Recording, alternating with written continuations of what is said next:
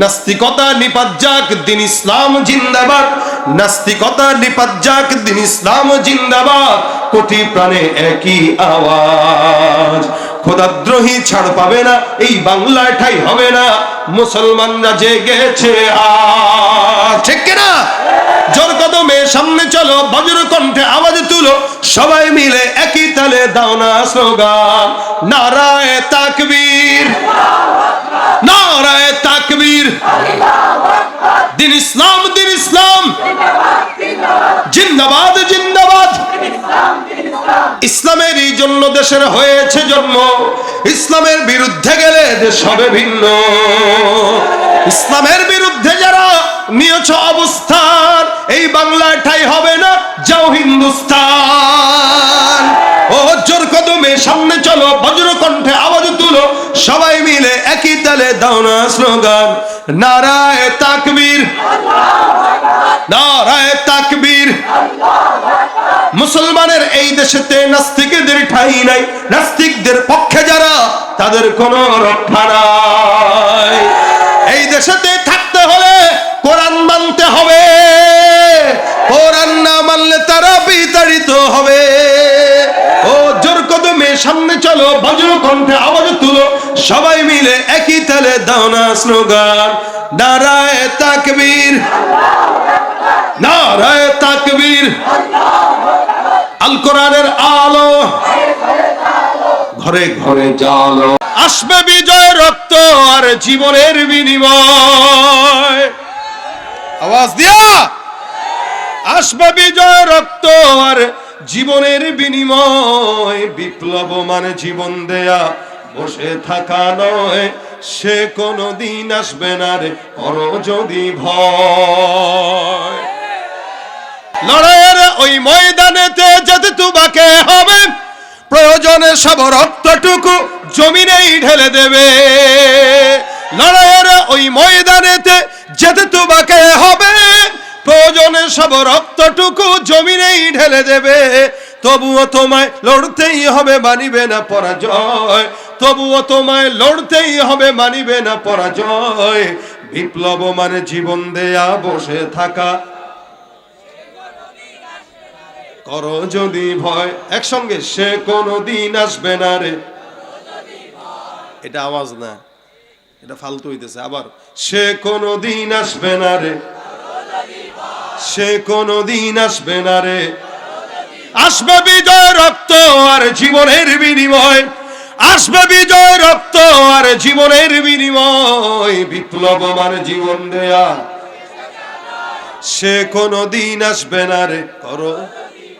মজা মাইরা শুনবেন চুপচাপ, আর আমি একা একা গলায় ভাঙ্গা নিয়ে গাবো, এটা হবে না। কষ্ট আমিও করব, আপনারাও করবেন। কথা বলেন ঠিক কিনা? এটাই আমাদের ইসলামী বিনোদন, ইসলামী সংস্কৃতির বিনোদন। কি বলেন ঠিক না? একসঙ্গে, সে কোনদিন আসবে না রে।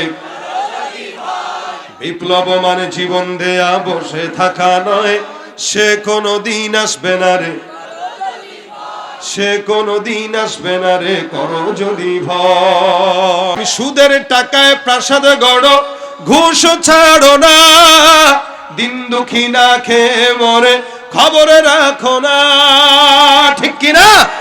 সুদের টাকায় প্রাসাদ গড়ো, ঘুষ ছাড়ো না, দিন দুঃখী না খেয়ে মরে খবরে রাখো না। তুমি ঘুষ খেয়ে অবিচার করো, সাজিয়া প্রধান। তুমি ঘুষ খেয়ে অবিচার করো, সাজিয়া প্রধান। তুমি কেমন মুসলমান, তুমি কেমন মুসলমান? নামাজের সাথে নাই পরিচয়, মানো না কোরআন। নামাজের সাথে নাই পরিচয়, মানো না কোরআন। তুমি কেমন মুসলমান? তুমি রমজান এলে রাখো না রোজা, দিনকে করো আঘাত।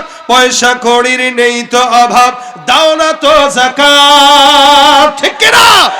রমজান এলে রাখো না রোজা, দিনকে করো আঘাত। পয়সা কড়ির নেই তো অভাব, দাও না তো যাকাত। তুমি ইমানদারির বড়াই করো, নেই তোমার ইমান। তুমি ইমানদারির বড়াই করো, নেই তোমার ইমান।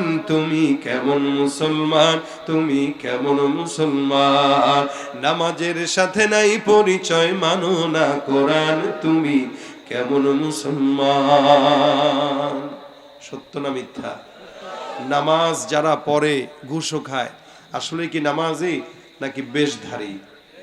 বেশধারী। তুমি পারো করতে মোচন অভাব দুঃখী লোকে, তুমি পরম মুক্তিদাতা মালিকে জগতের, তুমি পারো করতে মোচন অভাব দুঃখী লোকের, তুমি পরম মুক্তিদাতা মালিক এ জগতের।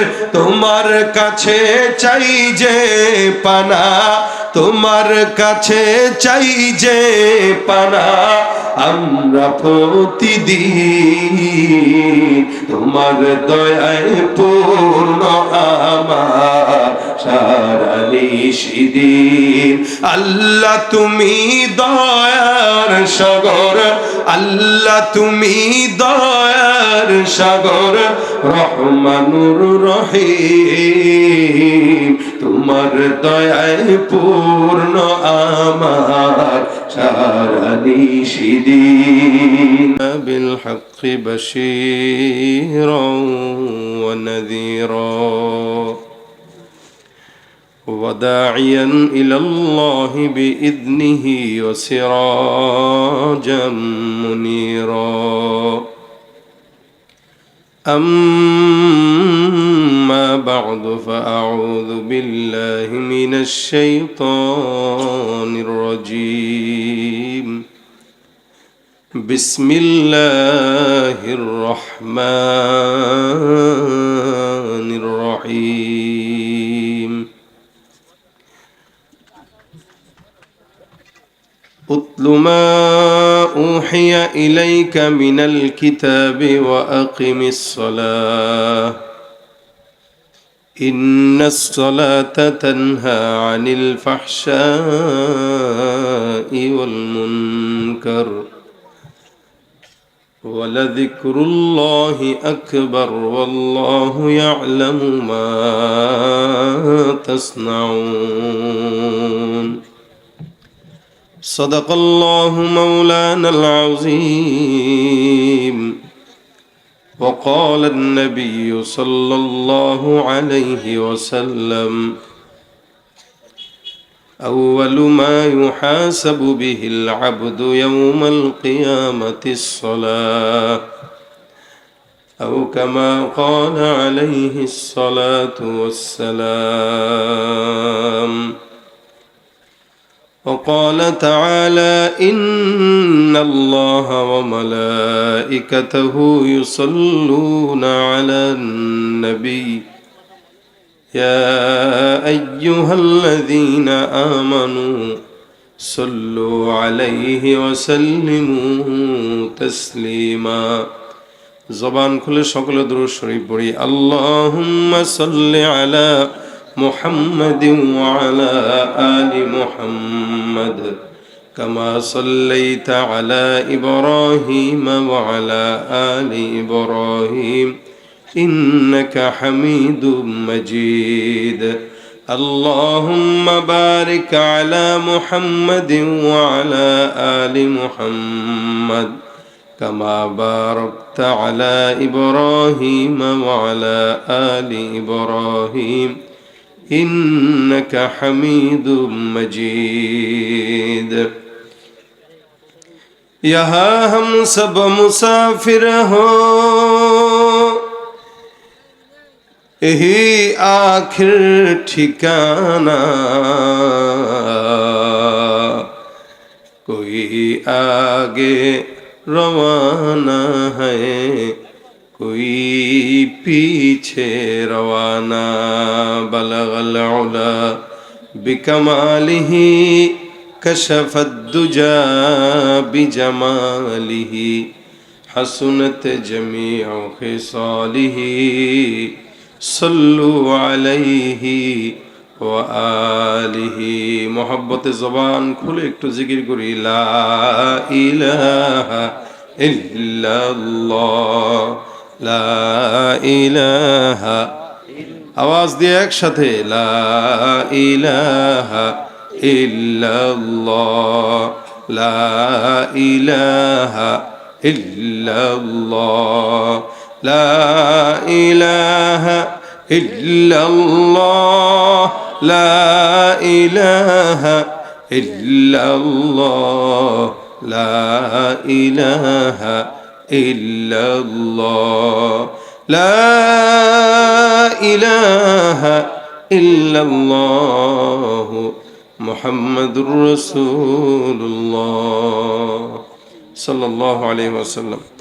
আলহামদুলিল্লাহ, জগহাটি ইসলামিয়া মাদ্রাসার বার্ষিক ওয়াজ মাহফিলের আজকের সম্মানিত দিনপ্রিয় ইসলাম প্রিয় ভাইরা, আল্লাহ পাকের দরবারে শুকরিয়া যে রব্বে কারীম আমাদেরকে আজকের এই দিনই মজমায় দিনই কিছু মুজাকারায় শামিল হবার তৌফিক দিয়েছেন। সকলে বলি আলহামদুলিল্লাহ।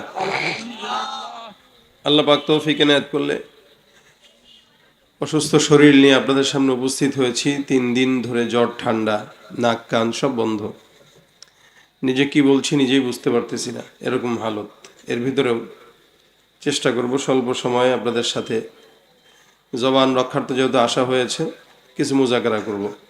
আল্লাহ পাক মোনাজাত পর্যন্ত আমাদেরকে এখানে বসার তৌফিক দান করুক এবং যা শুনবো বলবো আমাকে আগে, তারপর আপনাদেরকে আমল করার তৌফিক দান করুক, বলেন আমিন। আমরা এখানে সবাই আলহামদুলিল্লাহ আল্লাহর রহমতে ফজলে করমে মুসলমান। এই জায়গায় প্রত্যেকের সাথে প্রত্যেকের আত্মার বন্ধন, দ্বীনি বন্ধন, ভালোবাসার বন্ধন। পৃথিবীতে অন্য কোনো ধর্মে এই ভ্রাতৃত্ববোধ, এই বন্ধন নাই যেটা ইসলাম ধর্মে আল্লাহ পাক দিয়েছেন। যার কারণে হাদিসে নবী সাল্লাল্লাহু আলাইহি ওয়াসাল্লাম এভাবে বলেছেন, শুধু ভাই ভাই এটাই নয়, বরং একজন একজনের আয়নার মতো। আয়না যেভাবে মানুষের চেহারার দাগ দেখায় কিন্তু কাউকে বলে না, গোপন রাখে। আমাদের দেশের কিছু কিছু নারীরা যেই পরিমাণে মুখে মেকআপ দেয়, মেকআপ দেওয়ার আগের হালত আর পরের হালত, আয়না যদি জবান থাকতো তাহলে মানুষকে বলে দিত ওর মুখের এই হাল। কি বলেন আপনারা? মানে এটা 1 কেজি 2 কেজি ময়দা দিয়া তারপর সুন্দর হয়। আয়না কথা বলতে পারলে বলতো, এরে এর কাছেও যাইস না, খবরদার। এর জবানের মুখের অবস্থা কিন্তু বেগতিক। উপরে দেখা যাইতেছে আলকাতরা মাখছে কিন্তু তলের অবস্থা খারাপ। আয়না বলে না এখানে একটা দাগ আছে, আমি নিজে দেখি, এটাকে ডলে ডলে সোনো পাউডার দিয়া এটা কালো দাগ দূর করি। আয়না কাউকে বলে না। এজন্য মুমিন মুমিনের আয়না স্বরূপ, আল মুমিনু মিরআতুল মুমিন। একজন মুমিন আরেকজন মুমিনের কি বলেন না কেন? কি ভাই, আমি মুজাকারা করতে বলছি, ঢাকা থেকে আমার আপনারা নিয়ে আসছেন। আমি অসুস্থ মানুষ, যদি আপনারা চুপচাপ বসে থাকেন, আমরা চুপচাপ শ্রোতার সামনে কথা বলতে অভ্যস্ত না। তো সুতরাং আপনাদের কথা বলতে হবে আমাদের সাথে মুজাকারা। এটাকে কেন আমরা কথা বলতে বলি? এটা মুজাকারা। এখন আপনারা চিন্তা করতে পারেন অনেকে যে আলোচনা আপনি করবেন, আমরা চুপচাপ শুনবো, কথা আমাদের বলা দরকার কি? না, বিষয়টা এমন না। এই যে আমি কথা বলতেছি আমার জবান দিয়ে, আমি মুখ দিয়ে কথা বলবো, হাতের তো কোনো কাজ নাই, কিন্তু হাত কিন্তু অটোমেটিক নড়ে যাচ্ছে। এটা কথা বলার সৌন্দর্য। কি কথা বলার সৌন্দর্য? এখন আমি আপনার সামনে কথা বললাম, এই যে ভাই কেমন আছেন, এখন আপনি বললেন আমি ভালো আছি। আমি আপনারা বলি নাই তো, তা কারে বলছি? আমি উনারে বলছি। তা উনারে বললে ওনার দিকে তাকান না কেন? আরে ভাই বলছি আপনারা, তো তাকাইতে হবে কেন? আপনি শুনেন, কথা আপনার সঙ্গে বললাম, বাসার দিকে তাকায় থাকলাম, আপনি মনে করবেন আমি টেরা। বাস্তবতা না? আচ্ছা হাঁটতেছি, মনে করেন আপনি আমার 2 হাত দুনো দিক থেকে বাঁধলেন, বললেন এবার হাঁটেন, আমি হাঁটলাম এমনি। এখন এটা তো এক সুরত, আরেক সুরত হলো কার হাত টাত বাঁধা নাই কিন্তু সে হাঁটেই এমনি। মানুষকে বল কিরে এই মূর্তি নাকি? হাঁটে যে হাতও নড়ে না, পাও নড়ে না, বডিও নড়ে না, খালি সোজা যাইতেছে রবটের মতো। এ হাঁটার সৌন্দর্য নাই। কিন্তু হাঁটার সৌন্দর্য কার? যে ডান পা সামনে দেয় আর ডান হাত পিছনে যায়, মানে একটা রাজকীয় ভাব আছে, বোঝা যায় সে একটা লিডার। এই হলো হাঁটার সৌন্দর্য। কেন হাত নড়ে? কথার সৌন্দর্য হাত নড়ে। ঠিক বক্তার বক্তব্য সৌন্দর্য শ্রোতাদের স্বতঃস্ফূর্ত জবাবের মাধ্যমে হয়। আপনাদের আওয়াজ আমার জবান থেকে অনেক কিছু বের করতে পারবেন, আবার আপনারা কৃপণ হয়ে বসে থাকবেন, আমি চুপচাপ 2-4টা কথা বলে চলেও যেতে পারবো। কারণ বয়ান সারা বছর করতে হয়, এত শরীরে জুত নাই, তো শ্রোতা যদি জুতের হয় তাহলে জুত অটোমেটিক বেড়ে যায়। মানে আপনারা কি জুতের হবেন না বেজুতের হবেন? হবেন ইনশাল্লাহ। আওয়াজ দিয়ে দেখা দেন নারায়ে তাকবীর, আরো জোরে লিল্লাহে তাকবীর। আসবে বিজয় রক্ত আর জীবনের বিনিময়, আওয়াজ দিয়া আসবে বিজয় রক্ত আর জীবনের বিনিময়। বিপ্লব মানে জীবন দেয়া, বসে থাকা নয়, সে কোনো দিন আসবে না রে করো যদি ভয়। আসতে কয়, জোরে বলেন ঠিক কিনা? বিজয় কি ভয়ে হয় না সাহসে হয়? ওয়াজও চুপ থাকায় হয় না, কথা বলতে হয়। কথা ঠিক আছে? লড়াইয়ের ওই ময়দানেতে যেতে তোমাকে হবে, প্রয়োজনে সব রক্তটুকু জমিনেই ঢেলে দেবে। লড়াইয়ের ওই ময়দানেতে যেতে তোমাকে হবে, প্রয়োজনে সব রক্তটুকু জমিনেই ঢেলে দেবে। তবুও তোমায় লড়তেই হবে, মানিবে না পরাজয়। তবুও তোমায় লড়তেই হবে, মানিবে না পরাজয়। বিপ্লব মানে জীবন দেয়া, বসে থাকা করো যদি ভয়। একসঙ্গে, সে কোনো দিন আসবে না রে। এটা আওয়াজ না, এটা ফালতু হইতেছে। আবার, সে কোনো দিন আসবে না রে, সে কোনো দিন আসবে না রে। আসবে বিজয় রক্ত আর জীবনের বিনিময়, আসবে বিজয় রক্ত আর জীবনের বিনিময়। বিপ্লব মানে জীবন দেয়া, সে কোনো দিন আসবে না রে করো। মজা মাইরা শুনবেন চুপচাপ, আর আমি একা একা গলায় ভাঙ্গা নিয়ে গাবো, এটা হবে না। কষ্ট আমিও করবো, আপনারাও করবেন। কথা বলেন ঠিক কিনা? এটাই আমাদের ইসলামী বিনোদন, ইসলামী সংস্কৃতির বিনোদন। কি বলেন ঠিক না? একসঙ্গে, সে কোনো দিন আসবে না রে। বিপ্লব মানে জীবন দেয়া, বসে থাকা নয়, সে কোনো দিন আসবে না রে, সে কোনো দিন আসবে না রে করো যদি ভয়। ঠিক কিনা বলেন? আল্লাহ পাক আমাদের আওয়াজকে উঁচু করে দেখ, বলেন আমিন। এরকম আওয়াজ যদি পছন্দের হয়, আমার শরীর অসুস্থ নিয়েও আমি দুই একটা শোনানোর ফিকির করব। আর যদি চুপচাপ থাকেন, একটাও হবে না। যেটা হয়ে গেছে বাস, শেষ, আর নাই। কারণ ওয়াজ করতেও কষ্ট, গজল গাইতেও কষ্ট। ফাঁকে যদি দুই চারজন সহযোগী কেউ থাকে তাহলে সহজ হয়।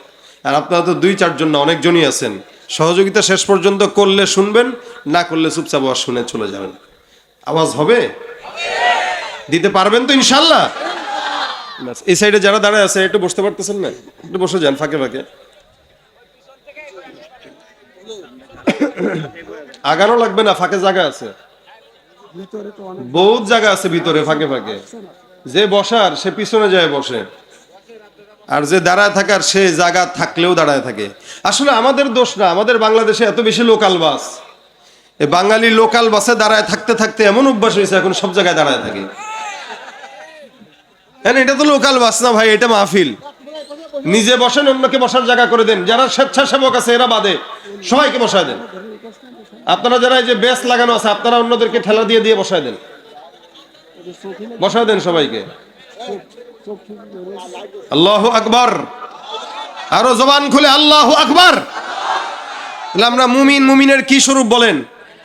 আয়না। তাহলে আয়না স্বরূপ যেহেতু, কেউ কারো দোষ ঢেকে রাখবো না, প্রকাশ করব ইনশাআল্লাহ। আমরা তো এখন দোষ পাইলে কই ভাই লিঙ্ক শেয়ার করো, বলে না? ফেসবুক আসছে তো লিঙ্ক শেয়ার করেন, লিঙ্ক পাওয়া গেছে, কই ভাই লিঙ্ক থাকলে দিয়েন। আজীব অবস্থা। মানে গুনাহ দেখতে চায়, গুনাহ প্রচার করতে চায়, যার কারণে প্রচার বেড়েছে, প্রসারও বেড়েছে। আগে গুনাহ ছিল, প্রচার ছিল না, যার কারণে প্রসারও কম হতো। গুনাহ যত প্রচার হচ্ছে সমাজে, তত গুনাহের প্রসার হচ্ছে। আর এই গুনাহ বাড়ার অন্যতম কারণ সময় মতো বিয়ে না করা। কারা কারা অবিবাহিত আছে হাতটা তুলে দেখাও। যারা বিয়ে করো নাই হাত তুলো। আরে বুঝে নাই এরা? আচ্ছা হাত নামাও। আমি আরেকটু বলি, যারা বিয়ে করেছেন তারা হাতটা তুলেন। সবাই হাত তুলবেন, কেউ যেন না থাকে যে বিয়ে করেছে হাত তুলে নাই।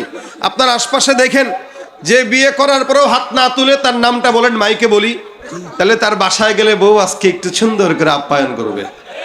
হাত তুলেছেন? হ্যাঁ, তাকবীর হবে শুধু বিবাহিতরা, নারায়ে তাকবীর। হ্যাঁ, কোনো পোলাপান না, মানে শুধু বিবাহিতরা, বুড়া না। এই যে কাকার মতো যারা আছেন, আমার মতো যারা বিয়ে করছেন তারা, লিল্লাহে তাকবীর। এই যে আপনি হাত তুলেন না, আপনি আল্লাহু আকবার দিয়েছেন, বিয়ে করছেন তো? করছেন? তাহলে ঠিক আছে, যান হাত নামান। এবার যারা অবিবাহিত তারা হাত তুলো। হ্যাঁ, সব অবিবাহিতরা হাত তুলবে। এখন আওয়াজটি আগের চেয়ে বেশি হবে? আমি তো বিশ্বাস করতে পারতেছি না। হবে? একটু কাশি দাও। দেখছে? তার মানে এরা বিয়ে করতে রাজি, ঠিক না? আচ্ছা, হাত নামা। আজকে দেখলাম কে জানি বিয়ে করছে 15 বছর বয়সে। বাংলাদেশে একজন মেয়ে বিয়ে করছে 15 বছর বয়সে। এখন এটা নিয়ে সংবাদ মাধ্যম হচ্ছে, মিডিয়ায় প্রচার হচ্ছে যে তাদের কি শাস্তি হইতে পারে। কেন শাস্তি হবে? 15 বছরে বিয়ে করছে এই কারণে, অর্থাৎ বাল্য বিবাহ। দেখেন, আমাদের দেশে এই সমস্ত নারীবাদী নাস্তিক মন মানসিকতার লোকেরা বাল্য বিবাহের প্রতি যতটা যত্নবান, বাল্য প্রেমের বেলায় তারা ততটাই বেখবর। অর্থাৎ বাল্য বিবাহ করলে জায়েজ নাই, বাল্য প্রেম যে কইরা বেড়ায় ওটার দিকে কারো নজর নাই। বাল্য বিবাহর আগে বাল্য প্রেম রোধ করা দরকার। বাংলাদেশের আনাচে কানাচে, স্কুল কলেজ ভার্সিটির গাছের তলায় তলায় 10-12 বছরের সন্তানেরাও নারী নিয়ে, তার সমতুল্য মেয়ে নিয়ে ঘুরে ঘুরে বেড়াইতেছে, মার সামনে, বাবার সামনে। এনে কয় বাল্য বিবাহ এদেশের আইনে নাই। কোরআনের আইনে তো আছে, কথা বলে না কেন? বালেগ হয়ে গেছে বিয়া দিয়ে দেন, কোরআনের আইন তো আছে। কোরআনের আইন যদি কেউ মানে, দেশের আইন গোল্লায় গেলে যাক, আমাদের আপত্তি নাই, কিন্তু আল্লাহর আইন তো মানছি ইনশাআল্লাহ। ভাই, আমাদের দেশের প্রত্যেকটা জায়গায় জায়গায় গুনাহ বাড়ার পিছনে একমাত্র কারণ সময় মতো বিয়ে না দেওয়া, ঠিক না? বিয়ে যত কঠিন হবে জেনা তত বাড়বে, বিয়ে যত সহজ হবে জেনা তত কমবে। যুবকরা চিন্তা করতেছে এরকম বয়ান দরকার সব জায়গায় জায়গায় জায়গায়। কারণ আমরা বিয়ে করতে পারতেছি না, বাপ মা বিয়ে দেয় না, বাপ মা কয় আমার সন্তান ছোট, বলেনি বয়স হয়ে গেছে 20, এখনো কয় আমার ছেলে ছোট, বাচ্চা, মেয়ে বাচ্চা। আমি একটা বাচ্চার গল্প আপনাদেরকে শোনাই। একবার কোনো এক এলাকায়, কোনো এক জেলায়, জেলার নাম বলতেছি না যেহেতু এখানে মিডিয়া আছে, কোনো এক জেলায় মাহফিলে গেছি। যাওয়ার পরে ওই জেলার মাহফিলের সভাপতি সাহেব সুন্দর করে তার বাসায় আপ্যায়ন করছেন। করার পরে বলতেছেন, হুজুর আমার বাচ্চা মেয়ে আপনার খুব ভক্ত। এখানে আসার পরও আপনাদের কমিটির এক ভাই বলতেছে আমার ছেলেটা আপনার খুব ভক্ত, তা ছবি তুলছে, ছেলেকে দেখাবে। বাচ্চারা আমাদের গজল টজল শুনে, শুধু বাচ্চারা না বড়রাও শুনে, কিন্তু বাচ্চাদের মনে একটু আলাদা রকম একটা আবেগ কাজ করে, ওই জায়গার থেকে একটু ভক্ত হয় বেশি। আমার বাচ্চাগুলো আমার বেশি ভক্ত, খালি আমার গজল ছাড়া কিচ্ছু শুনে না, আমার এই দেখবে সারাদিন। তো এইটা বাচ্চাদের মনের একটা ভালোবাসা। আর আমি চিন্তা করছি বাচ্চার দোহাই দিছে, যাক ভালো যে বাচ্চাটা আপনারা দেখবে, ওকে নিয়ে আসেন, সমস্যা কি, বাচ্চা মানুষ আনেন। কিছুক্ষণ পরে আমরা বসে রইলাম, উনি আমি আর কয়েকজন আছে এখানে, 2-1 জন। হুট করে একটা মেয়ে ঢুকলো, হিজাব টিজাব পড়া। তা আমার ঢুকার সময় আসসালামু আলাইকুম হুজুর, ভালো আছেন? সাইকুম আছে না, সালাম এরকম দেয় আমাদের দেশে, সাইকুম। এখন এই টাইপের সালাম দিয়েছে, ঢুকছে। আমি ওয়ালাইকুম আসসালাম, উনি কে, ভুলে ঢুকছে কিনা। কিছুক্ষণ পরে পিছনে দেখি সভাপতি ঢুকছেন, দেখো হুজুর আমার মেয়ে, একটু দোয়া টোয়া দিয়ে দেন। তারা কাম সারছে। এখন পরে বলতেছি দেখেন, আমি কো আচ্ছা দোয়া, আল্লাহ আপনার মেয়েকে সুস্থ রাখুক, আল্লাহ পাক মনের আশা পূরণ করুক, ঠিক আছে ভালো থাকেন, হুজুর একটু দোয়া টোয়া করেন। আমি কি ঠিক আছে দোয়া করবো, আপনি যান। এখন কিছুক্ষণ পরে বললাম সভাপতি সাহেব তার মেয়ে কি করে? হুজুর এই বাচ্চা মানুষ, আমার মেয়েটা আমার একটা মাত্র মেয়ে, আমার আদরের, আমার কলিজা, হুজুরে ওর জন্য একটু দোয়া করবেন। ওকে কি করে উনি? হুজুর অনার্সে পড়তেছে, এবার একটু দোয়া করেন। অনার্সে পড়তেছে, সে কি বলেন তো আপনারা? এই যে আমার সামনে নিজে নিয়ে আসলো ছোট মেয়ে বলে, বাবার কাছে তো সবাই ছোট, মার কাছে সবাই ছোট। আমার 3 বাচ্চা, এরপর আমার মা আমারে মাঝে মাঝে বাবু কই ডাকে আমার মার কাছে, কারণ আমি আমার সংসারের ছোট ছেলে। ওই জায়গার থেকে আমার মা আমারে এখনো বাবু ডাকে, কারণ ছোটবেলার থেকে ওইভাবে ডেকে অভ্যস্ত, কখনো এটা সেটা বলে ডাকে আর কি, মারা যেমনে ডাকে। আমি মাঝে মাঝে মানুষের সামনে ডাকলে আমি আম্মারে বলি, আম্মা এই কি ধরনের ডাক ডাকেন আপনি আমার মানুষের সামনে, এই লজ্জা করে না? তো কিসের লজ্জা, লাথি দিবানো দেরি একদম লজ্জা। আমার বাড়ি তো মাগুরা ভাই, আপনাদের বাসার পাশাপাশি আমার বাসা, আমাকে লাথি দিবানো দেরে। কোন দিন বড় হয়েছিস তুই? আরে কয় কি যান, ঠিক আছে লাথি দেন, যাই করেন, বাবু ডেকেন না। তা মা বাবার কাছে আমরা তো বাচ্চা, কিন্তু একটা যুবকের কাছে যদি একটা যুবতী নিয়ে এসে আমার বাচ্চা, তাহলে এই বাচ্চা ভেবে যদি আদরটা করে দেয় তাহলে এই বিপদ। কথা বুঝে না? যারা বুঝার তারা বুঝেন, যেগুলো বুঝেন না এগুলো হাসাও দরকার নেই, ঠিকঠাকও কোয়া দরকার নেই, সব কথা তোমাকে বুঝতে হবে না। এখন অবিবাহিত যেগুলা, এগুলা যে খালি বয়স 20-22 বছর হইলেই বুঝে এরকম না। অনেক সময় আমাদের দেশে আমি যতটুকু না বুঝি, আমার চাইতেও 8-9 বছরের ফলে তার চেয়ে বেশি বুঝে। এই জন্য পর্দার বিধান কিন্তু এগুলোর উপরেও আছে, কারণ এ বেশি বুঝে, পাক না, এই পাকনার লগেও পর্দা করবেন। যেগুলো অবিবাহিত বয়স হয়েছে, আল্লাহ পাক এদের বিয়ের ব্যবস্থা করে দেখ। সুবহানাল্লাহ, দাঁড়ায় আমিন কইতেছে সে, চিন্তা করছেন? আমিনের ঠেলায় দাঁড়ায় গেছে অর্ধেক। তাহলে অবিবাহিত যারা, তারা একবার তাকবীর হবে, লিল্লাহে তাকবীর। আওয়াজ কি এতটুকুই আছে? আরেকটু বাড়বে? বাড়বে? এটা জুত নাই, এই পোলাপান গুলার জোরও নাই, জুতও নাই। লিল্লাহে তাকবীর। আলহামদুলিল্লাহ, আল্লাহ পাক এই মজমাকে কবুল করুক, আমাদের আজকের আশা বসা সব নাজাতের উসিলা বানায় দেখ, বলেন আমিন। এমন ছিল আমরা মুসলমান হিসেবে আল্লাহ পাক আমাদেরকে পাঠিয়েছেন, দায়িত্ব দিয়েছেন। ইসলামের মৌলিক ভিত্তি মুসলমান হিসেবে আমাদের জানা উচিত, এবং আমরা আশা করি জানি। কয়টি? হ্যাঁ বলেন না, সবাই বলেন। 5টি। ইসলামের মৌলিক ভিত্তি 5টি। এই 5টির সর্বপ্রথম রাসূল বলেন, বুনিয়াল ইসলামু আলা খামসিন, শাহাদাতি আল্লা ইলাহা ইল্লাল্লাহ ওয়া আন্না মুহাম্মাদুর রাসূলুল্লাহ। ইসলামের মৌলিক 5টির ভিতরে সর্বপ্রথম কালেমা পাঠ করা, লা ইলাহা ইল্লাল্লাহ মুহাম্মাদুর। এটা পড়ে আমরা কি হই? মুসলমান হই। এটা তো ইসলাম কবুল করার সবচেয়ে বড় মাধ্যম। এখন তো মুসলমান হইলেন, হওয়ার পরে কি কাজ? 2 নাম্বার কি? ইকামাতিস সালাহ, কালেমা, নামাজ, রোজা, হজ, যাকাত। এই 5টা ইসলামের মৌলিক ভিত্তি। কিন্তু ঈমানের পরে সর্বপ্রথম এবং সর্বোত্তম যেই আমল, সেটা হচ্ছে সালাত তথা নামাজ। ঈমানদার তো হয়ে গেলেন কালেমা পড়ে, এরপরে ঈমানকে ঠিক রাখবেন কি রাখবেন না, এটার জন্য নামাজ দরকার। রাসূল বলেন, একজন কাফের একজন মুমিনের ভিতরে সবচেয়ে বড় পার্থক্য হলো নামাজ। যে ঈমানদার সে নামাজ পড়বে, যে কাফের সে পড়বে না, এটাই স্বাভাবিক। আমাদের দেশের ঈমানদারেরা নামাজ পড়ে না, যার কারণে সকালে ফজরের নামাজের চিত্র একরকম, জুমার নামাজের চিত্র একরকম। ফজরের নামাজ দেখলে মনে হয় এদেশে কোনো ঈমানদার নাই, সব নাস্তিক। আর জুমার চিত্র দেখলে মনে হয় এদেশে কোনো নাস্তিক নাই, সবই ঈমানদার। কি কথা বুঝেন নাই? জুমার নামাজে লোকের অভাব নাই, ফজরের নামাজে লোক খুঁজে পাওয়া যায় না, অথচ ঈমানদার দাবি করে নামাজ নাই, রোজা নাই, যাকাত নাই, হজ নাই, বাস দাবি করে ঈমানদার। এজন্য আল্লাহ রাসূল বলেন, ইকামাতিস সালাহ, নামাজ প্রতিষ্ঠা করো। ঈমানদার হইছো, তো ঈমানকে টিকা রাখার জন্য নামাজ। কারণ ঈমান এটা মুমিনের কমে আর বাড়ে।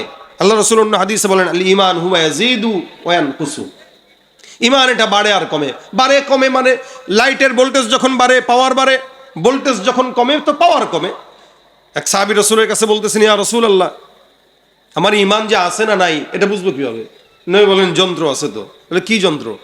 আল্লাহ রাসূল বলেন, মসজিদে যাও, নামাজে দাঁড়াও, তেলাওয়াত করো। যদি মসজিদে গেলে নামাজ পড়লে তেলাওয়াত করলে দিলে শান্তি লাগে, বুঝবা ঈমান ঠিক আছে। আর যদি দিলে অশান্তি লাগে, বুঝবা ঈমান ঠিক নাই। ঘুষ খাইলে যদি মজা লাগে, তাহলে বুঝবা ঈমান ঠিক নাই। সুদের কারবারি করো, মজা লাগে, ঈমান ঠিক নাই। অর্থাৎ ভালো কাজ ভালো লাগবে, খারাপ কাজ খারাপ লাগবে, এ হলো ঈমানের আলামত। আর ভালো কাজ ভালো লাগে না, খারাপ কাজ খারাপ লাগে না, এটা হলো কুফরির আলামত, বেঈমানের আলামত। এখন আপনার ঈমানকে টিকায় রাখার জন্য খারাপ কাজ থেকে বেঁচে থাকতে হবে, নেক কাজ করতে হবে। এটার জন্য 1 নাম্বার উপায় হলো নামাজ। কি বলেন? আল্লাহ পাক বলেন, ইন্নাস সালাতা তানহা আনিল ফাহশাই ওয়াল মুনকার। নিশ্চয়ই নামাজ এমন একটা ইবাদত, যে ইবাদতটা বান্দা যখন পূর্ণাঙ্গভাবে আদায় করে, আল্লাহ পাক রব্বুল আলামিনের ওই বান্দার নামাজটা বান্দাকে যাবতীয় সকল প্রকার গুনাহ থেকে বান্দার হেফাজত করে। সকল প্রকার গুনাহ, ফাহশা ওয়াল মুনকার, এখানে 2টা শব্দ ব্যবহৃত হয়েছে। ফাহেশা গুনাহ মানে যত ইচ্ছাকৃত গুনাহ, অর্থাৎ গালিগালাজ, এটা সেটা মানুষ ইচ্ছাকৃত যে সমস্ত গুনাহ করে এটাকে বলা হয় ফাহেশা। আর মুনকার মানে অনিচ্ছাকৃত গুনাহ, কিন্তু সে ইবাদত মনে করে করতেছে, এই টাইপের গুনাহ। অনেক মুহাদ্দিসিন একটা মুফাসসিরিন একটা এভাবে বলেন যে এটা সে গুনাহ মনে করে করে না, নেক মনে করে করতেছে কিন্তু আসলে গুনাহ, অথবা সে জানেই না কিন্তু গুনাহ, এগুলো মুনকার। তাহলে কেউ যদি নামাজ আদায় করে ইচ্ছায় অনিচ্ছা যত গুনাহ হবে সব গুনাহ থেকে নামাজ তাকে কি করবে? হেফাজত করবে। বলেন কি করবে? বাঁচায় দিবে। অর্থাৎ নামাজ আর ঘুষ একসঙ্গে হবে না, নামাজ আর সুদ একসঙ্গে হবে না। কিন্তু আমাদের দেশে অধিকাংশ নামাজিরা আছে যারা ঘুষের সঙ্গে জড়িত, দুর্নীতির সঙ্গে জড়িত, চাঁদাবাজির সঙ্গে জড়িত, সন্ত্রাসীর সঙ্গে জড়িত, সুদের টাকার সঙ্গে জড়িত। আছে কিনা নাই? তুমি সুদের টাকায় প্রাসাদ গড়ো, ঘুষ ছাড়ো না, দিন দুঃখী না খেয়ে মরে খবরে রাখো না, ঠিক কিনা? সুদের টাকায় প্রাসাদ গড়ো, ঘুষ ছাড়ো না, দিন দুঃখী না খেয়ে মরে খবরে রাখো না। তুমি ঘুষ খেয়ে অবিচার করো সাজিয়া প্রধান, তুমি ঘুষ খেয়ে অবিচার করো সাজিয়া প্রধান। তুমি কেমন মুসলমান, তুমি কেমন মুসলমান? নামাজের সাথে নাই পরিচয়, মানো না কোরআন, নামাজের সাথে নাই পরিচয়, মানো না কোরআন। তুমি কেমন মুসলমান? তুমি রমজান এলে রাখো না রোজা, দিনকে করো আঘাত, পয়সা কড়ির নেই তো অভাব, দাও না তো যাকাত, ঠিক কিনা? রমজান এলে রাখো না রোজা, দিনকে করো আঘাত, পয়সা কড়ির নেই তো অভাব, দাও না তো যাকাত। তুমি ইমানদারির বড়াই করো, নেই তোমার ইমান, তুমি ইমানদারির বড়াই করো, নেই তোমার ইমান। তুমি কেমন মুসলমান, তুমি কেমন মুসলমান? নামাজের সাথে নাই পরিচয়, মানো না কোরআন, তুমি কেমন মুসলমান? সত্য না মিথ্যা? নামাজ যারা পড়ে ঘুষও খায়, আসলে কি নামাজি নাকি বেশধারী? বেশধারী, নামাজি না। নামাজ আর ঘুষ সুদ একসঙ্গে হইতে পারে না। আল্লাহ পাক নামাজ কেউ পড়লে আল্লাহ পাক বলছেন নামাজ তার গুনাহ থেকে তাকে বাঁচাবে, যেহেতু বাঁচাইতে পারে নাই তার মানে তার নামাজ ঠিক নেই। নামাজ এমন একটা ইবাদত, যে ইবাদতটা বান্দার সঙ্গে আল্লাহর কথা বলার বড় মাধ্যম। এই জমিনে আপনি আমি, প্রধানমন্ত্রী, এমপি, মন্ত্রী যাদের সঙ্গে কথা বলতে পারি আমাদেরকে ভাগ্যবান মনে করি। বড় কোনো আউলিয়া কেরাম বুজুর্গানে দিনদের সঙ্গে কথা বলতে পারলে নিজেকে ধন্য মনে হয়। মূসা নবী আল্লাহর সঙ্গে কথা বলতেন, আল্লাহ পাক রব্বুল আলামিন বলেন ওয়া কাল্লামাল্লাহু মূসা তাকলিমা। মূসা পয়গম্বর সব নবীদের মধ্য থেকে আলাদা, যার কারণে আল্লাহর সঙ্গে কথা বলতেন। আল্লাহ পাক তার নামটা দিয়েছেন কালিমুল্লাহ। মূসা পয়গম্বর যখন কথা বলতেন জায়গাও ছিল আলাদা, সব সময় কথা বলতেন পারতেন না, নির্দিষ্ট সময় নির্দিষ্ট জায়গা। এবং আল্লাহ আর মূসা পয়গম্বরের মাঝখানে ৭০,০০০ নূরের পর্দা, সুবহানাল্লাহ। এত পর্দা ভেদ করে আল্লাহ পাক রব্বুল আলামিন মূসা পয়গম্বরের সঙ্গে কথা বলতেন। মূসা নবীকে আল্লাহ পাক ডাক দিয়া বলেন, মূসা আমি আল্লাহ পাক রব্বুল আলামিন তোমার সঙ্গে কথা বলি, নির্দিষ্ট জায়গা নির্দিষ্ট পর্দা আছে, আল্লাহ পাক রব্বুল আলামিন তারপরে তোমার সঙ্গে কথা বলে। হে পয়গম্বর মূসা, আমি আল্লাহ পাক রব্বুল আলামিন এমন একদল বান্দা জমিনের মধ্যে প্রেরণ করব, যেই সমস্ত বান্দাকে আমি আল্লাহ এত সম্মান দান করব, ওই বান্দার সঙ্গে আমি আল্লাহ নির্দিষ্ট সময় নয়, নির্দিষ্ট জায়গা নয়, বান্দা যখন চাইবে আমি আল্লাহ ওই বান্দার সঙ্গে একটা পর্দাও লাগবে না, পর্দা ছাড়া বান্দার সঙ্গে কথা বলবো। তোমার সঙ্গে যখন কথা বলি ৭০,০০০ পর্দা থাকে, ওই বান্দাদের সঙ্গে কথা বলতে পর্দা নাই। আমি আল্লাহ পাক রব্বুল আলামিনের বান্দা যখন চাইবে আমি আল্লাহর সঙ্গে নামাজের মাধ্যমে কথা বলবে। আল্লাহ পাক রব্বুল আলামিন বলেন, পয়গম্বর মূসা ওই বান্দারা আখিরি নবী পয়গম্বর মুহাম্মদুর রাসূলুল্লাহ সাল্লাল্লাহু আলাইহি ওয়াসাল্লামের উম্মত, তারা যখন নামাজের মধ্যে দাঁড়ায় তেলাওয়াত করবে আলহামদুলিল্লাহ রাব্বিল আলামিন, আমি আল্লাহ বান্দার জবাব দিয়ে ডাক দিয়ে বলবো হামিদানি। বান্দা নামাজের ভিতরে দাঁড়ায় দাঁড়ায় এক একটা আয়াত করে তেলাওয়াত করবে, আমি আল্লাহ পাক বান্দার আয়াতের জবাব দিয়ে বান্দার সঙ্গে কথা বলবো। যার কারণে বলা হয় নামাজটা মুমিনের মেরাজ। আল্লাহর নবী আল্লাহর সঙ্গে কথা বলেছেন মেরাজে, যে দেখা করেছেন মেরাজে যে, আর এই উম্মতরা আল্লাহর সঙ্গে নামাজের মধ্যে দাঁড়ায় আল্লাহর সঙ্গে দিদার নসিব করবে। সুবহানাল্লাহ। এ মুসলমান ভাইরা আমার, নামাজটা এমন একটা ইবাদত যেটা আল্লাহর সঙ্গে বান্দাকে নৈকট্যশীল করে, নিকটবর্তী করে। যার কারণে আল্লাহ পাক রব্বুল আলামিন বলেন ওয়াসজুদ ওয়াকতারিব, বান্দা সিজদা দাও, আমি আল্লাহর নিকটবর্তী হও। সিজদা এমন একটা ইবাদত যখন দেয়, রাসূল সাল্লাল্লাহু আলাইহি সাল্লাম বলেন আকরাবু মা ইয়াকুনুল আবদু মির রাব্বিহি ওয়া হুয়া সাজিদুন ফাআকসিরুদ দুআ। আল্লাহর সঙ্গে নিকটবর্তী হওয়ার সবচেয়ে বড় মাধ্যম হইল নামাজের সিজদা।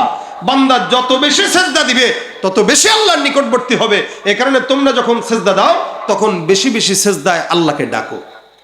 রাসূল আদেশ করেছেন এটা, সিজদার মাধ্যমে আল্লাহর কাছে বেশি বেশি চাওয়া। মক্কা মদিনায় যদি যান দেখবেন আপনার আশেপাশে যারা নামাজ পড়ছে সিজদায় যে এত পরিমাণে দোয়া করে সিজদার ভিতরে। কেন বলে, সিজদায় যখন সে গেল তখন তো আল্লাহর সবচেয়ে কাছে, সে যাই বলবে আল্লাহ তাই শুনবে। সিজদায় বান্দা কোনো ডাক আল্লাহকে দিলে আল্লাহ সাথে সাথে ওই ডাক কবুল করে নেয়। সুবহানাল্লাহ। এই জন্য রাসূল সাল্লাল্লাহু আলাইহি ওয়াসাল্লাম আদেশ করেছেন ফাআকসিরুদ দুআ, তোমরা সিজদায় বেশি বেশি দোয়া করো। হাদিসে একটা ঘটনা উল্লেখ আছে,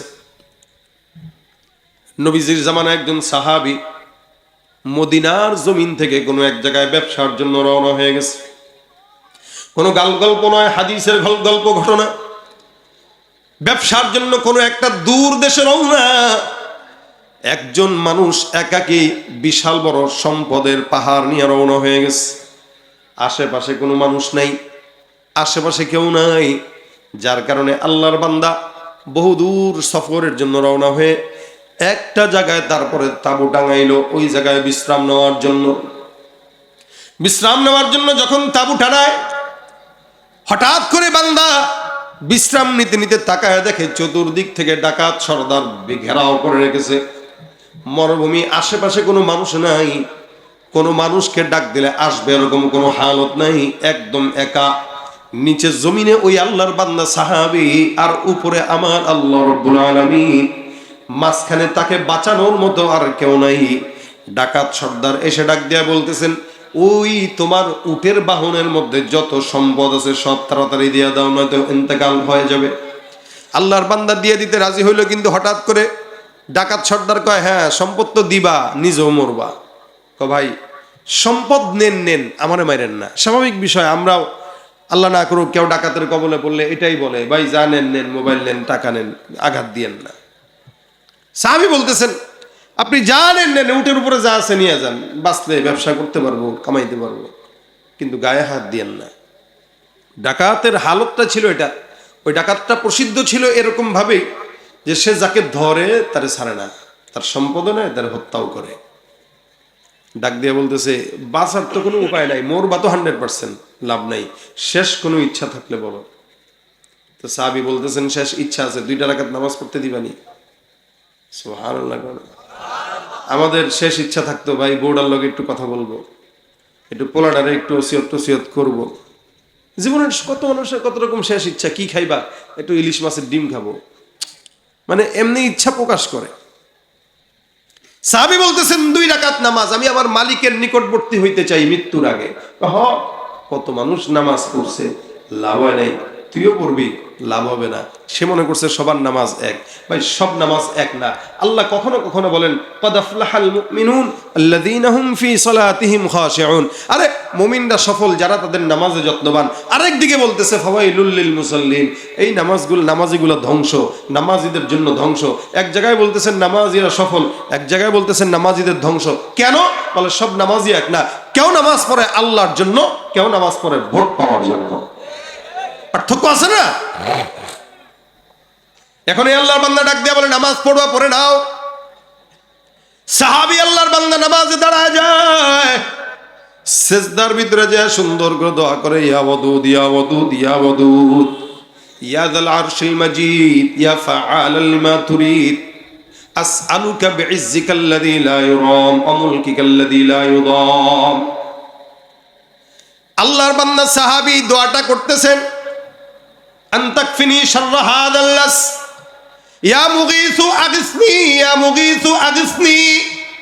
সিজদার ভিতরে যে দোয়া করে, ইয়া মুগীসু আগিসনি ইয়া ওয়াদুদ ইয়া ওয়াদুদ ইয়া ওয়াদুদ ইয়া যাল আরশিল মাজিদ ইয়া ফাআলাল লিমা তুরিদ আসআলুকা বিইজ্জিকাল্লাযী লা ইউরাম ওয়া মুলকিকাল্লাযী লা ইউদাম। আল্লাহর কাছে বারবার দোয়া করে, আয় আল্লাহ তোমার কুদরতের কসম, আমি বিপদের মধ্যে পড়েছি। আল্লাহর প্রশংসা করলো, আনতাকফিনি শাররা হাযাল লাস, আমার জন্য এই ডাকাত সরদার থেকে হেফাজত করার জন্য তুমি মালিক একাই যথেষ্ট।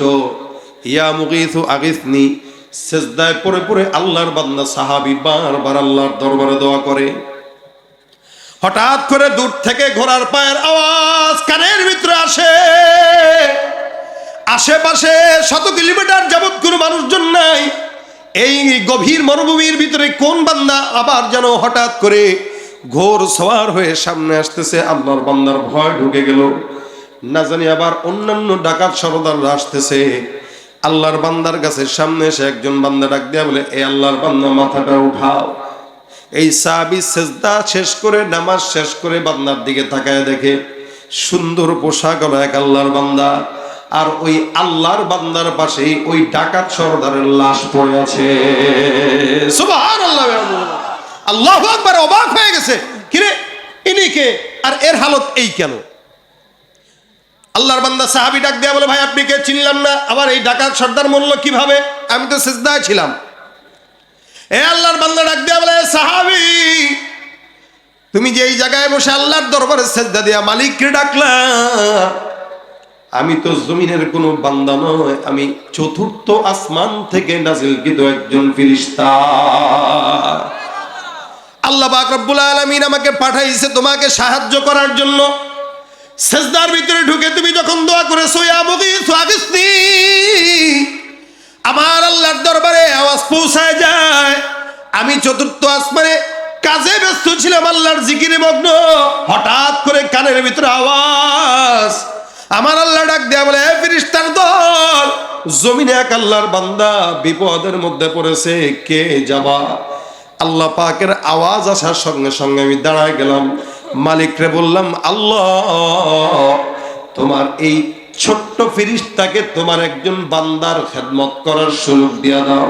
আমি আমার আল্লাহর আদেশ পাওয়ার পর চতুর্থ আসমান থেকে তোমার কাছে আসলাম। তুমি যেইভাবে সিজদারত অবস্থায় মালিকরে ডাকছো, আসমানে খবর পৌঁছায় গেছে, আল্লাহ পাক আদেশ দিয়েছে আমি যেন তোমাকে বাঁচানোর জন্য ডাকাত সরদারকে হত্যা করে তোমাকে নিরাপদে তোমার গন্তব্যে পৌঁছায় দেই। সাহাবী যখন আল্লাহ পাক রব্বুল আলামিনের প্রশংসা করলেন, আল্লাহর নবী বলেন, ফাকসিরুদ দুআ, সিজদারত অবস্থায় দোয়া করো, আল্লাহর দরবারে যাও, আল্লাহ পাক রব্বুল আলামিন দেন। মনে রাখবেন, গভীর রাত মেম্বাররে ডাকলেও মেম্বার শুনে না, চেয়ারম্যানরে ডাকলেও চেয়ারম্যান শুনে না। কিন্তু যেই বান্দা পাহাড় সমান সমুদ্রের ফেনার সমান গুনাহ নিয়ে আল্লাহর দরবারে সিজদায় পড়ে কান্দে, গভীর রাতে কেউ ডাক না শুনলেও একমাত্র শোনার মতো আছেন কে? তুমি পারো করতে মোচন অভাব দুঃখী লোকে, তুমি পরম মুক্তিদাতা মালিকে জগতের, তুমি পারো করতে মোচন অভাব দুঃখী লোকের, তুমি পরম মুক্তিদাতা মালিক জগতের। তোমার কাছে চাই যে পানা, তোমার কাছে চাই যে পানা আমরা প্রতিদিন, তোমার দয়ায় পূর্ণ আমার সারা নিশিদিন। আল্লাহ তুমি দয়ার সাগর, আল্লাহ তুমি দয়ার সাগর, রহমানুর রহিম, তোমার দয়ায় পূর্ণ আমার সারা নিশিদিন। কার দয়া? কার দয়া? নামাজে আল্লাহকে ডাকলে আল্লাহ শুনে কি শুনে না? এজন্য রাসূল বলেন সিজদায় যায় বেশি বেশি ডাকো। নামাজ আল্লাহর সবচাইতে বেশি বান্দাকে নিকটবর্তী করে। নামাজের মাধ্যমে আল্লাহর সঙ্গে বান্দার কথোপকথন হয়, নামাজের মাধ্যমে আল্লাহর সঙ্গে বান্দার সম্পর্ক তৈরি হয়, যার কারণে আল্লাহ পাক রব্বুল আলামিন বলেন তোমরা সিজদা দাও, নিকটবর্তী হও। এই জন্য মুসলমান দাবি করলাম, মুসলমান হিসেবে জন্মগ্রহণ করলাম, নামাজ পড়লাম না। অধিকাংশ মানুষের জিন্দেগিতে বরকত না থাকার অন্যতম কারণ হলো বেনামাজি হওয়া। ঘরে বরকত নাই কারণ বিবি নামাজ পড়ে না, সংসারে বরকত নাই সন্তান নামাজ পড়ে না। আল্লাহ পাক এই কারণে নামাজ প্রতিষ্ঠার কথা বলেছেন। কোরআনের সব জায়গায় যত জায়গায় নামাজের কথা আসছে, ইকিমুনাস সালাহ, ইকামাতিস সালাহ, এই ইকামাত শব্দটা ব্যবহার হয়েছে কেন? আল্লাহ পাক নামাজ আদায়ের কথা বলেন নাই, প্রতিষ্ঠার কথা বলেছেন। আদায় মানে আমি পড়ি, সন্তান পড়ুক কি পড়ুক না খেয়াল করি না। আর প্রতিষ্ঠা মানে আমি পড়বো, বাচ্চা পড়বে, বিবি পড়বে, এলাকার জনগণ পড়বে। নামাজ যখন প্রতিষ্ঠা হবে, সংসদের অধিবেশন বন্ধ করে প্রধানমন্ত্রী সহ সবাই নামাজে দাঁড়িয়ে যাবে। কথা বলেন ঠিক কিনা? আমরা এমন বাংলাদেশ চাই আর এমন সংসদ চাই যে সংসদে মদের কোনো আইন পাস হবে না, লেকিন নামাজ বিধানের আইন পাস হবে। যেই দেশে নামাজের বিধান পাস হয়ে যাবে, ওই দেশে কোনো চাঁদাবাজ, সন্ত্রাস, দুর্নীতি থাকতে পারে না। ঠিক কিনা করে হয় বলে?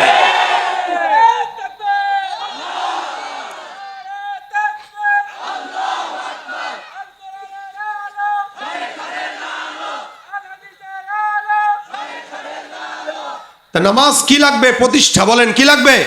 এলাকায় যারা দায়িত্বে আছেন আপনাদের জন্য কথা। কেউ যদি চেয়ারম্যান হয়, এখন তো চেয়ারম্যান মেম্বার নাই, সামনে আবার নির্বাচন আসলে চেয়ারম্যান মেম্বার হবে।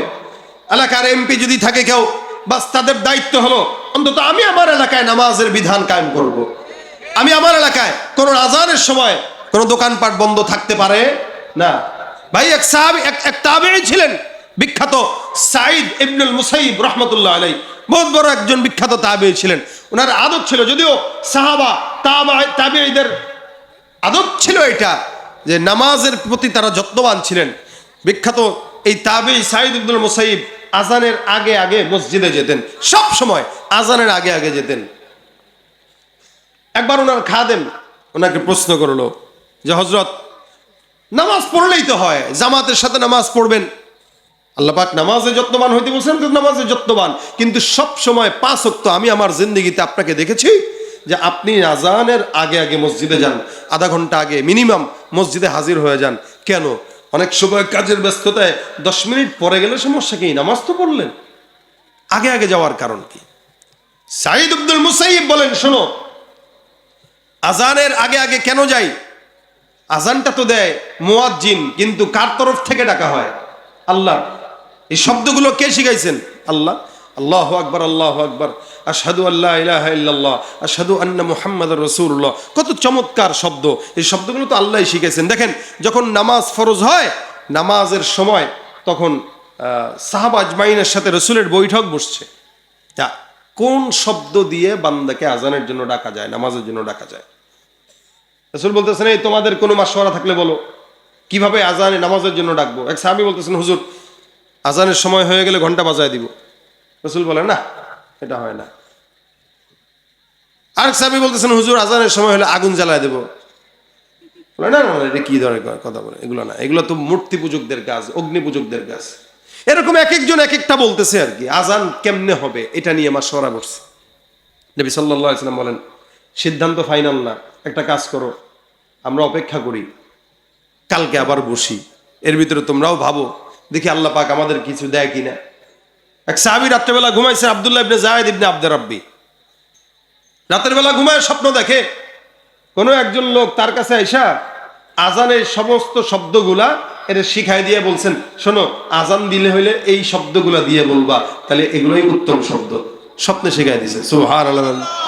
সাহাবী ঘুম থেকে জেগে রাসূলের কাছে দৌড়, হুজুর পেয়ে গেছি। বলে কি পাইছি? আজানের যে শব্দগুলা হবে, আজকে ঘুমে স্বপ্নে দেখলাম একজন আল্লাহর বান্দা, হয়তো ফেরেশতাও হইতে পারে, এসে আমারে এই সমস্ত শব্দ শিখাইছে। রাসূল বলেন কি শব্দ একটু বলো। তা সাহাবী বলছেন, আল্লাহু আকবার, আল্লাহু আকবার, আশহাদু আল্লা ইলাহা ইল্লাল্লাহ, আশহাদু আন্না মুহাম্মাদার রাসূলুল্লাহ, হাইয়া আলাস সালাহ, হাইয়া আলাল ফালাহ, আল্লাহু আকবার, আল্লাহু আকবার, লা ইলাহা ইল্লাল্লাহ। এগুলো বলে হ্যাঁ, সব চমৎকার সুন্দর শব্দ, এর চেয়ে তো উত্তম শব্দ হইতে পারে না। এখন এক কাজ করো, সবচাইতে গলার আওয়াজ বেশি কার, তারা ডাকো। কার ছিল জানেন সবাই? মাশাআল্লাহ, বেলালের আওয়াজ অনেক বেশি। ডাক দাও বেলালকে, ওরে একটু এই শব্দগুলো শিখায়া ওরে উঁচু জায়গায় উঠায় বলো, এই শব্দগুলো একটু দিয়ে জোরে জোরে ডাকতে মানুষকে। আর বেলালের আওয়াজ কত দূর ছিল, হাদিসের গ্রন্থগুলায় মুফাসসিরিন ইকরামরা বর্ণনা করেন, মুহাদ্দিসিন ইকরাম বর্ণনা করেন, বেলালের আজানের ধ্বনি মদিনার থেকে 9 মাইল দূরে শোনা যেত। চিন্তা করা যায়? আমাদের এই মাইকের আওয়াজ গেছিনি 9 মাইল দূরে, মাইক দিয়ে আমরা নিতে পারি না। তার মানে বেলালের আওয়াজ 9 মাইল দূরে আল্লাহ পাক রব্বুল আলামিন স্বয়ং নিজে পৌঁছায় দিয়েছেন। শুধু 9 মাইল দূরে, আল্লাহর আরশ পর্যন্ত পৌঁছাইতো বেলালের আওয়াজ। বেলালের আওয়াজ শোনায় দিছে, বেলাল আজান দিয়ে দিয়েছেন। এই আজান তখন থেকে। সাইদ ইবনুল মুসাইয়িব বলেন, শোনো, আজানের মাধ্যমে আল্লাহ পাক তার বান্দাকে তার ঘরে ডাকে। আহাব্বুল বিলাদি ইলাল্লাহি মাসাজিদুহা ওয়া আবগাদুল বিলাদি ইলাল্লাহি আসওয়াকুহা। আল্লাহর কাছে সবচাইতে ভালোবাসার জায়গা, পছন্দের জায়গা মসজিদ, সবচাইতে খারাপ জায়গা বাজার। এখন বলেন তো, বাজারে লোক বেশি না মসজিদে? বাজারে। আরে সুবহানাল্লাহ, বাজারে গেলে বাজারে লোক বেশি তো বেশি, মহিলা বেশি। খারাপ জায়গায় খারাপরা যায়। মহিলার জাত কিন্তু ভালো, মা বোনদের জাত সম্মানের জাত, ভালো যারা এরা এত যায় না। যাদের স্বামীর বাজারের প্রতি রুচি নাই, অর্থাৎ স্বামী একটা জিনিস আনলে থু, এটা কোনো রুচির কাতারে পড়ছে, এটা কোনো কালার হয়েছে, এরাই মার্কেটে যায়। এখন এই মার্কেটে লোক বেশি, মসজিদে নাই। সাইদ ইবনুল মুসাইয়িব বলেন, শোনো, যে আল্লাহ পাক রব্বুল আলামিন আমাকে ডাকলেন তার ঘরে, ডেকে ডেকে আল্লাহর মতো কুদরতওয়ালা রব তার ঘরে আমাকে নিবেন, এটা তো আমার জন্য লজ্জা। এ কারণে আমি চিন্তা করি আমার মালিক যেন আমাকে ডাকতে না হয়, ডাকবে আর যাবো বেয়াদবি। এ কারণে আমার মাওলা ডাকার আগে আগে আমি তার কাছে যাই, বলি আল্লাহ আমি আসছি, সুবহানাল্লাহ, হাজিরা দিয়ে দিই। ডাকার আগে হাজিরা দেই। আমরা কয়দিন পারছি করতে এটা? কয়দিন পারি? এই জন্য আজান হওয়ার সাথে সাথে মসজিদে যাওয়া, এটা হলো ইমানদারদের আলামত। আর আগে গেলে তো হইলই, বলার অপেক্ষা রাখে না। এই জন্য নামাজ প্রত্যেকটা মানুষের জন্য আদায় নয়, বরং কি করা? প্রতিষ্ঠা করা। কি করা বলেন না? প্রতিষ্ঠা করা। নামাজের প্রতি যত্নবান হন। আল্লাহ বলেন, ওয়াইদা কামু ইলাস সালাতি কামু কুসালা ইউরাউনান নাস ওয়া লা ইয়াযকুরুনাল্লাহা ইল্লা কলিলা। সব নামাজি নামাজি না, কিছু নামাজি আছে আলসামি নিয়ে নামাজ পড়ে। নবী সাল্লাল্লাহু আলাইহি ওয়াসাল্লাম একবার নামাজে দাঁড়াইলেন, মনোযোগ কেমন দেখেন। আল্লাহর নবী নামাজে দাঁড়ান, সাহাবা আজমাইন পিছনে। নামাজের পর সাহাবা আজমাইন ডাক দেয়া বলে, ইয়া রাসূলুল্লাহ, নামাজের মধ্যে আপনাকে দেখলাম কি যেন ধরতে যান। নবী বলেন, কেমনে বুঝলা? বলে, বিতাহরিকি লিহিয়া, আপনার দাড়ি মুবারক নড়াচড়ার মাধ্যমে বুঝলাম। রাসূল ডাক দেয়া বলেন, হ্যাঁ, নামাজে যখন আমি দাঁড়াইলাম, তেলাওয়াত শুরু করলাম, আমি নামাজে যত্নবান এমন ভাবে ছিলাম, আমি দেখলাম নামাজের মধ্যে আমার আল্লাহ পাক রব্বুল আলামিন জান্নাতের নিয়ামত আমার চোখের সামনে তুলে ধরেছে। এই কারণে আমি নামাজের ভিতরে একটু নিয়ামতগুলো ধরতে ধরতে গেছি, আবার ধরি নাই। নামাজে জান্নাতের নিয়ামত দেখে, আর আমরা নামাজে মসজিদের ক্যালেন্ডার পড়ি। কি কথা ঠিক না? মসজিদে ক্যালেন্ডার পড়ে নামাজে দাঁড়াইছে, আলহামদুলিল্লাহ রাব্বিল আলামিন আর রহমানির রহিম মালিক ইয়াউমিদ্দিন, বাইতুল মামুর জামে মসজিদের সময়সূচি, ও দেখি ফজর কয়টায়? নামাজের ভিতরে কি নাই? ওমা বুঝেন না? নাই। আবার সূরা ফাতিহার পরে আলাম তারা কাইফা আসহাবিল ফিল আলামিন, নামাজে মোবাইল ফোন বন্ধ করুন। ইন্নালিল্লাহ, মোবাইলটা তো খোলা, ও গেছে, নজর হেনে গেছে, নামাজ শেষ। কিছুক্ষণ পর আবার তাকায় দেখে জুতা, সাবধান, মানে 100 টাকার জুতা, এই না 14 বার জুতার দিকে নজর দেয়। ও ভাই, এক নামাজে যদি এত এলোমেলো হয়, নামাজ কেমনে থাকে? এই জন্য আল্লাহ বলেন, ওয়াইদা কামু ইলাস সালাতি কামু কুসালা। তারা নামাজ পড়ে কিন্তু আলসামি নিয়ে নামাজ পড়ে, এই কারণে সব নামাজি জান্নাতে যেতে পারবে না। আল্লাহর নবী বলেন, কিয়ামতের ময়দানে আল্লাহ পাক রব্বুল আলামিন কিছু নামাজিকে ডাক দিয়া বলবেন, এ নামাজি দাঁড়াও, কার জন্য নামাজ আদায় করেছো? নামাজি বান্দা ডাক দিয়া বলবে, আল্লাহ তোমার জন্য নামাজ আদায় করেছি। আল্লাহ পাক রব্বুল আলামিন ডাক দিয়া বলবেন, ফায়ুসহাবু আলা ওয়াজহিহি হাত্তা উলকিয়া ফিন্নার। এই বান্দা আমার জন্য নামাজ আদায় করে নাই, ধ্বংস এই বান্দার জন্য। ওই বান্দার পাটা উপরের দিকে দিয়া, মাথাটা নিচের দিকে দিয়া, বান্দাকে এক ঢিল দিয়া জাহান্নামের তলদেশে নিক্ষেপ করে দিবে। সব নামাজি জান্নাতি না। আর যে নামাজি নামাজ যত্নবান করেছে, মিফতাহুল জান্নাতিস সালাহ, চাবি তো রেডি আছে, তালার সাথে লাগাবে, একটা ঘষা দিবে, জান্নাতের দরওয়াজা খুলে যাবে। সুবহানাল্লাহ। এই জন্য নামাজ পড়া দরকার আছে না নাই? দরকার না ফরজ? বলেন জোরে। যারা দরকার মনে করে এরা পড়ে না, আর যারা ফরজ মনে করে তারা পড়ে। পাগলে প্যান্ট আর লুঙ্গিরে দরকার মনে করে, কারণ পাগল কোনোদিন প্যান্ট লুঙ্গি পরে, কোনোদিন পরে না, ল্যাংটা থাকে। আচ্ছা, আমি যে জুব্বা পরেছি এটা দরকার, যাই পড়ছি। ফারা পাঞ্জাবি পরলেও কোনো সমস্যা ছিল না। গেঞ্জি পরে আসলেও আপনারা এমনি বলতেন যে হুজুরে গেঞ্জি পরে কেমনে ওয়াজ করে, এমনি বলতেন, কিন্তু পাগল বলতেন না। কিন্তু যদি মোটামুটি কিছুই যদি না থাকে, তাহলে কি বলবেন? পাগল বলবেন। মনে করেন পাগড়ি টাগড়ি সবই আছে, একটা লোক মসজিদে নামাজ টামাজ পড়তেছে, নিচের দিকে তাকা দেখেন লুঙ্গি নাই। কিরে বেটা, লুঙ্গি ছাড়া নামাজ আদায় করতেছে? উস্কা ভাই, পাগড়ি পরে নামাজ পড়লে দ্বিগুণ সওয়াব বলে শুনছি হুজুরের মুখে। এটা লুঙ্গি কই? লুঙ্গি মিয়া, দূর মিয়া, সুন্নত আদায় করেন, লুঙ্গি পরেন। সে পাগল না? একটা মানুষ লুঙ্গি ছাড়া থাকা মানে পাগল। নামাজ এটা ফরজ।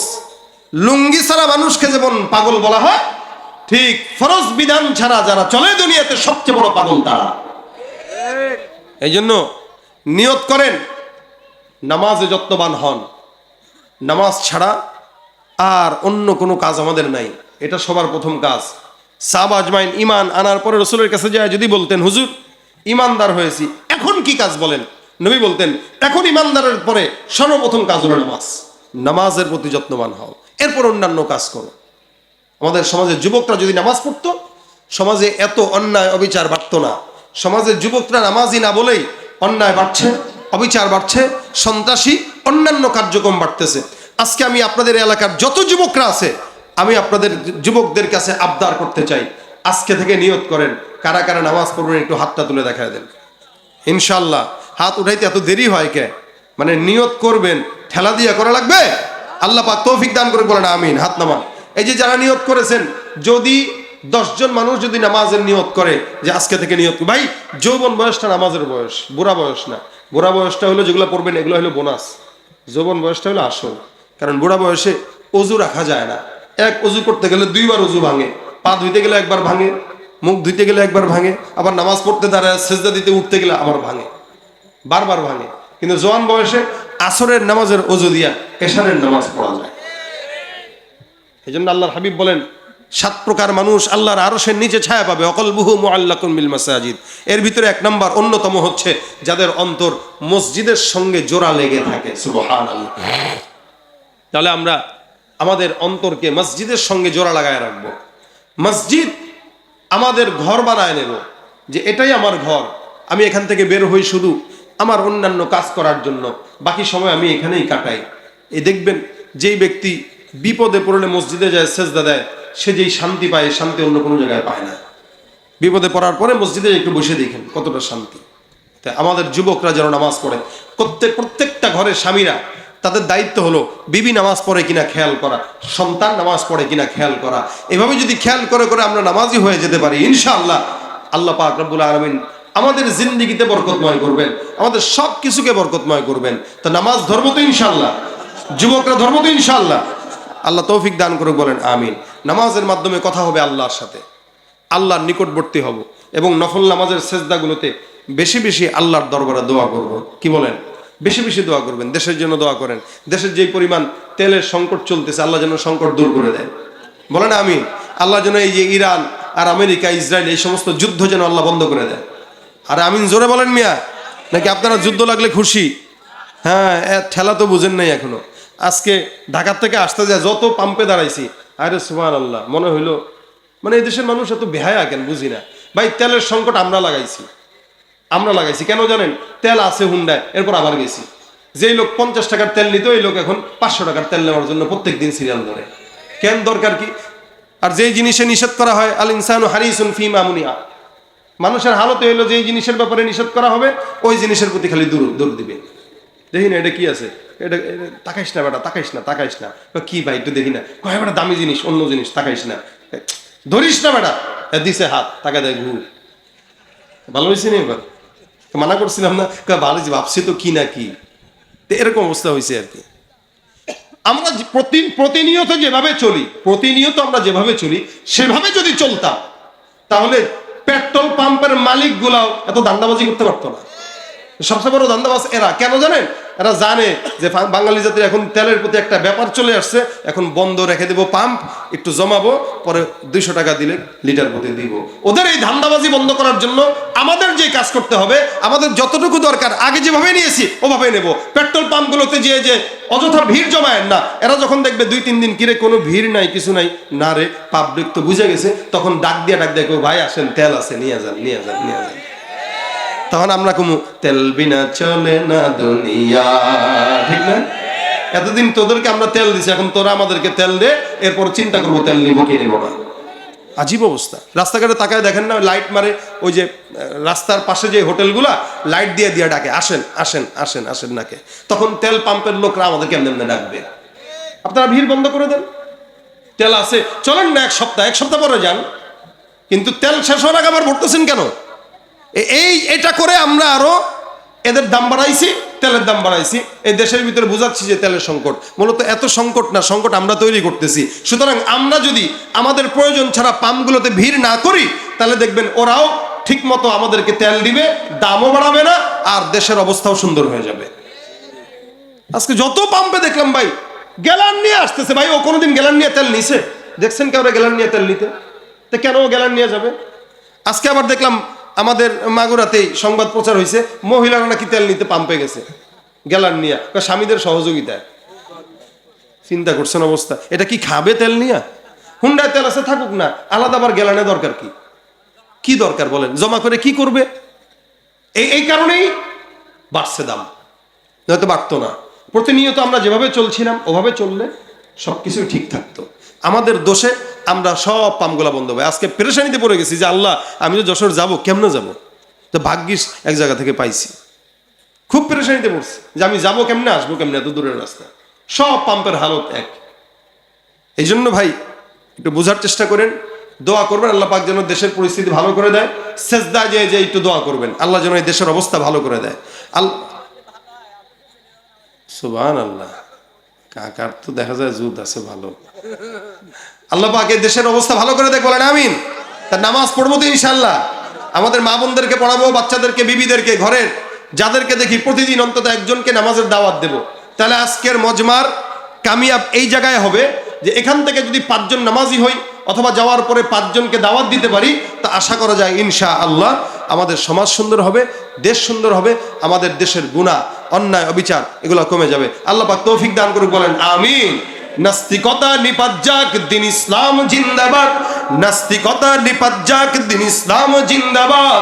কোটি প্রাণে একই আওয়াজ, খোদাদ্রোহী ছাড় পাবে না, এই বাংলায় ঠাই হবে না, মুসলমানরা জেগেছে আজ। ঠিক কিনা? জোর কদমে সামনে চলো, বজ্র কণ্ঠে আওয়াজ তুলো, সবাই মিলে একই তালে দাও না স্লোগান, নারায়ে তাকবীর, নারায়ে তাকবীর। দিন ইসলাম, দিন ইসলাম জিন্দাবাদ, জিন্দাবাদ। ইসলামের জন্য দেশের হয়েছে জন্ম, ইসলামের বিরুদ্ধে গেলে দেশ হবে ভিন্ন। ইসলামের বিরুদ্ধে যারা নিয়েছ অবস্থান, এই বাংলায় ঠাই হবে না, যাও হিন্দুস্তান। ও জোর কদমে সামনে চলো, বজ্র কণ্ঠে আওয়াজ তুলো, সবাই মিলে একই তালে দাও না স্লোগান, নারায়ে তাকবীর, নারায়ে তাকবীর। মুসলমানের এই দেশেতে নাস্তিকদের ঠাঁই নাই, নাস্তিকদের পক্ষে যারা তাদের কোনো রক্ষা নাই। এই দেশেতে থাকতে হলে কোরআন মানতে হবে, কোরআন না মানলে তারা বিতাড়িত হবে। ও জোর কদমে সামনে চলো, বজ্র কণ্ঠে আওয়াজ তুলো, সবাই মিলে একই তালে দাও না স্লোগান, নারায়ে তাকবীর, নারায়ে তাকবীর। আল কোরআনের আলো ঘরে ঘরে জালো।